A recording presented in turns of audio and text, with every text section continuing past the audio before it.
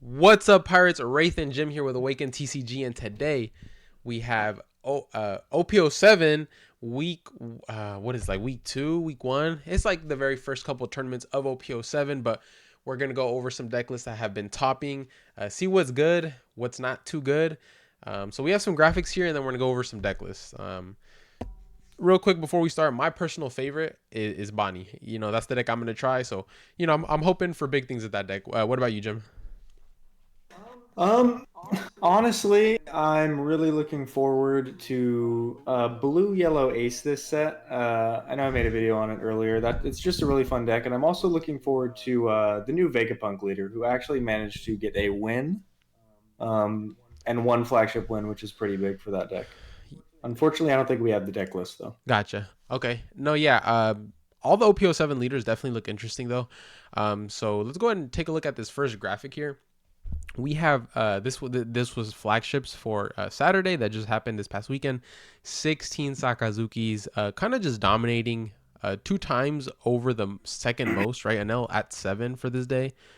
That's a concern, is it not? Like Uh, I mean, it's been repeating since OP05, but obviously, as we know by now, the leader will be ban. banned, but that is not for another month. So. Yeah. And then we have yellow over here at 7 on Enel, 4 on Katakuri. So still definitely, showing up. We have 5 black yellow Luffy's, which is really cool. 5 RP laws. We know that, since EB1, RP law has kind of been on the rise. We have 2 CP0 Lucci's. A lot of people were saying when it first came out that it wasn't going to be too good because the effect looked generic. 2 Morias. This 3 Bonnies, 3 randoms, and then we have 1 of Yamato, Reiju, Nami, and the 1 Vegapunk you were talking about. So a good wide variety for the latter half, but that, Sakazuki is just staring at us. But let's go ahead and take a look at day 2 here. Again, even worse. The Sakazukis, thankfully, it is banned, so we don't have to worry about it and talk about it. But from this graph, it's kind of, similar to the one we just looked at, but there's one little um, outlier, which we can see over here on the right side. That is The GOAT. blue yellow ace. What do you think about that? Finally. Well, we're going to look at the deck list a bit later here, but there's a couple of cards that got added in OP07 that make this leader just, I think, a lot more consistent, a lot more powerful. So we will definitely see when we look at that list. Yeah, we're gonna look at that ace list a little bit later. But from the looks of it, it looks like this CP0 Lucci and Bonney are definitely showing up and are at the forefront of the new leaders, in my opinion. Which is cool to see because obviously I'm gonna be on Bonney. Let's go ahead and take a look at some of these lists here. So we'll just go ahead and get right into this ace list. I'm not too familiar with it, but maybe you have some more insight on kind of how it So, runs. yeah, basically, I mean, you're getting out these five cost brothers, which was a little bit inconsistent when I was doing the testing with the EBO1 list. This one though, a lot more consistent. So you now have that new five cost ace there that you see in the middle. That actually allows you to put two cards from your hand to the top of the deck when you play it. So no, it's the blue one, This one. up a bit. Yep, this one right Gotcha. here. So this is a new edition OP07, very strong, and allowing you to put two cards on the top of the deck is really good because you can My actually bad. I'm know what trolling. you're going to draw next turn. No, you're all right. You can know you're going to draw next turn, and you can also know you can place a card that you know you're going to see in your top five when you use leader effect, and basically guarantee that you're going to get that brother off on the next turn if it's in your hand. So really, really powerful. One thing I'm a little confused about, I see the two cost Sabo here, but I don't know if I see a five cost Sabo to actually play off of it. So either this list is a bit incorrect or we're just running that for a searchable 1K. I'm honestly really unsure. But I think it's a really strong list, got a ton of big buffs, and really looking forward to playing it. Yeah, I mean, it sounds strong, and it won a flagship. It was 5-0 on the tournament. So, but yeah, potentially there's no other a searchable card to replace that Sabo, so you kind of just run it for consistency purposes. Um, could be a reason. Let's go ahead and take a look at the next list here. So we have another new leader here. Um, this is a CP0 Lucci. I think I'm gonna have to make this deck and try it out. I'm sorry. Um, I'm not big on this color. I'm usually the green player, but these are probably the two decks I'm gonna try out. So here we have the Lucci with a bunch of the new cards. Um, you know, you got to run the Morias. You have to. It's running the new Mhm. Sabos, which is really cool. Definitely making use of the new secret rares is always a good thing. But yeah, this list looks like it has the answers, right? It's kind of like a Saka clone, right? Where it's like, you play something, it's gonna have that answer to be able to get rid of whatever you play. Yeah, no events in this list is a bit interesting. Maybe we're going for 10 drop, but I think this is only running one 10 drop. So I'm not really seeing the cost reduction minus our 2Ks here.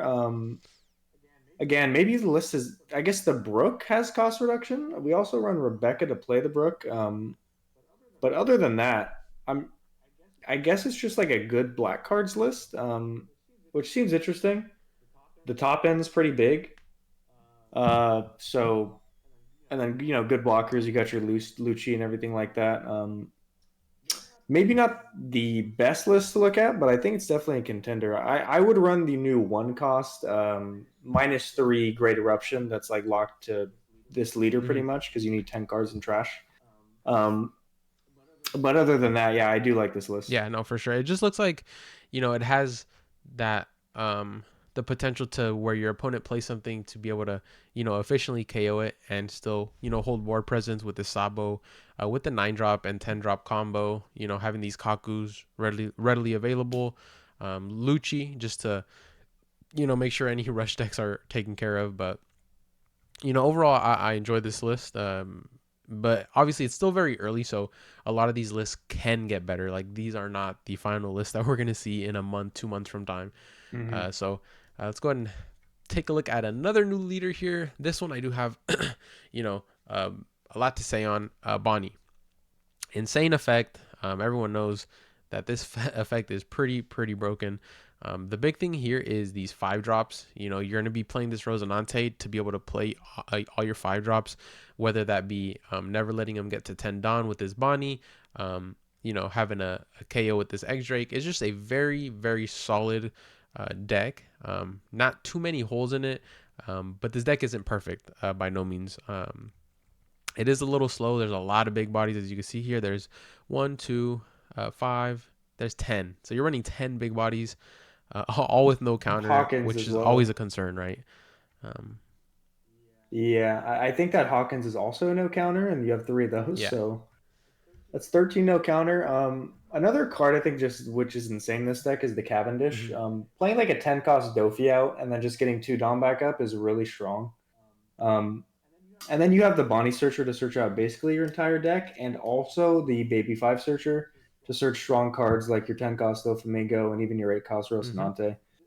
I think it's just super consistent and also just base level really strong Hmm. cards. So really just green at its absolute best, I think is what Bonnie is pretty much. Yeah. No, I completely agree. Having double searcher just means that consistency is going to be there. If you need a card, you'll be able to search it out, even if you don't have it. And then, yeah, just 80% of this deck is just fantastic cards that are going to put in work, right? So, um, Hmm. yeah, I like that list. It's definitely getting somewhere. Law. So here we have RP Law. RP Law, one of the better decks coming out of OP04. They released that at the end of OP04, I believe, um, with the starter decks, if I'm not mistaken. Yeah, it's very end of OP04, yes. So yeah, one of the I think this leader and Luffy, both of them are at the forefront, but this one is definitely making waves right now, just because of this card that it just has so much like. I think the big one is this Sanji here. Being able to play this Yeah. Sanji, off of your leader effect is insane, right? It just you have so many options with this deck. whether it be KOs, whether it be draw, whether it be rush. At first, this deck really struggled with not having enough cards. That is no longer the issue. There's so many variables when it comes to this deck and how you can play it, which makes it pretty unstoppable. You're running 8 Gordons essentially. So it doesn't matter what your opponent plays, it's getting bottom decked. No events. Interestingly enough, this was a big list or a big deck that would run events. But now you just have so many better 4-drop options like this Bon Clay, this Reiju, this Rush card if you need to go aggro. But yeah, I think this deck has it all. What are your thoughts on it? Yeah, I mean, you pretty much said it all. It's been snowballing, getting better and better through OP05, EB01, OP06. Just new cards added, right? Like we got the 5 cost kid in OP05. We got the extra raise maxes in OP06. We got the Bon Mm-hmm. Clay and the killer in EB01. Just and then obviously topping it off in OP07 with the new 6 cost Sanji. This deck is just like getting better and better and better. And I think this is the best it's ever been. I almost want to say it's one of like the top 3 contenders. I think everybody agrees this deck is insane right now. And if you are a red purple law player, you should stick with the deck because this deck gets a lot better. Yeah, 100%. Like this deck is so good right now. And then with the Sokka bans means there's going to be another shift change, especially with the black decks that run Great Eruption banned. And then obviously yellow decks that run reject, like this list we're about to go over here. They're getting worse. So definitely want to prepare yourself for that, especially in the East. Over here in the West, we don't have no confirmation on if we're going to get any bans or when. But yeah, for the East, there's going to be a little meta shift change. So we kind of just wanted to go over, what we're currently seeing so that we can compare and contrast later on once April 1st does hit and those bans. It's April 1st, right? Yeah, that's what I heard. I mean, it's What if it's an literally April Fool's 1 month. joke? Okay, off track. um, let's get right back into this NL list. We got 2 more quick lists to go through.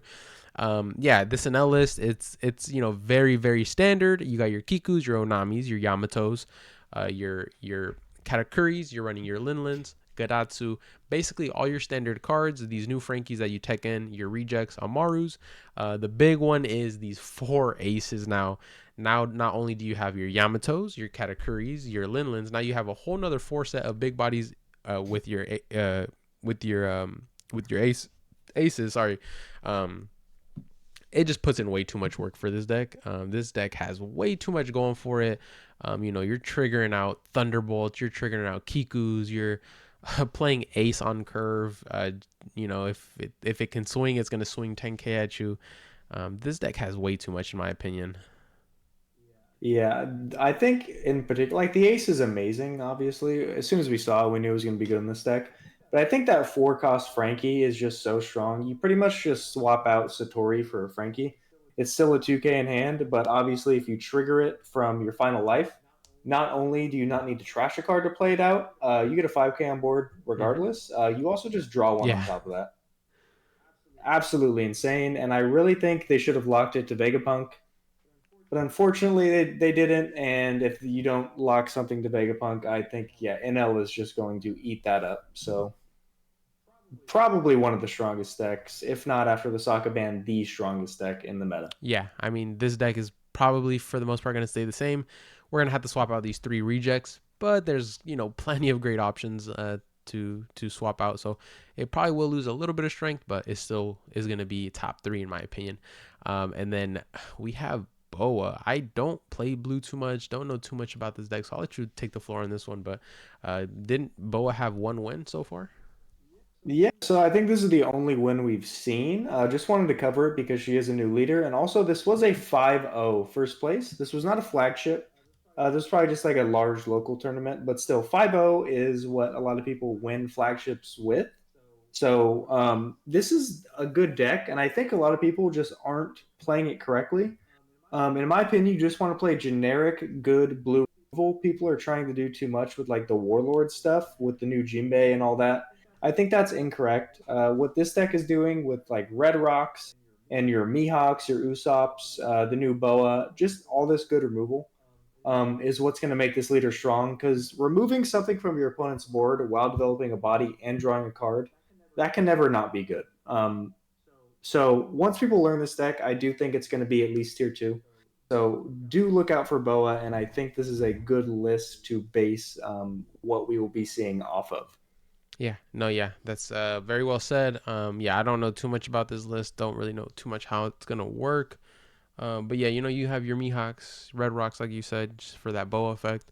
It is running the new aces, the 5/6 aces. Yeah, those are great, right? Because especially with all these big Hmm. bodies, we can actually cycle them out of hand and either put them to the bottom of the deck if we have too many, or put them to the top of the deck if we just want to draw them later. Not to mention with Sanji, Mm-hmm. we can actually use Ace to set up a large body to play on Sanji next turn. So Mm-hmm. That's yeah, that is and not only that, you get a 5/6 on board, which is insane. blocker, 5/6 blocker, Yeah. yes, very very So yeah, strong. that card is very very strong. But yeah, that is going to be this video for today. Some OP07 deck lists, some OP07 information on how the competitive meta is going. Um, it's going to continue like this and slowly develop over the course of the next month. Are people going to start, cooking up other lists now, knowing that in April that Sokka is going to be banned, or are people just gonna ride the Sokka train until it dies and just get their last wins in when they can? We're gonna have to wait and see on that, but hopefully we can update on some more news for the OP07 meta here in the future. But that's gonna be it for this video, guys. Let me know what deck you're most excited for in OP07.